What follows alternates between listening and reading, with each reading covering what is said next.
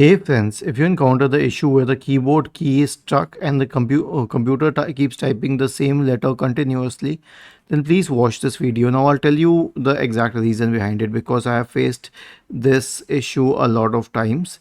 Basically, whenever you connect a Bluetooth keyboard and you stop using it, but it is still connected, in that case, if any key is pressed accidentally on that Bluetooth keyboard, even if it's placed somewhere else in the house, it will start typing that key automatically. So that's the whole point about this.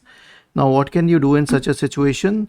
Here's what you can do in such a situation. You can disconnect that keyboard using the dongle, and after that you can check for hardware issues. Try connecting the same keyboard to a different computer to isolate whether the problem is with the keyboard or your computer. And if it is with your computer, then update the keyboard drivers.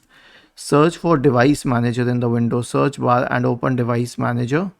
Expand the list for keyboards. Right click on the first driver and update it. Right click on the second driver and update it.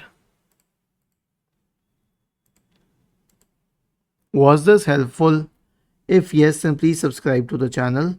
If not, then let us know in the comment section of the video on how we could help you further.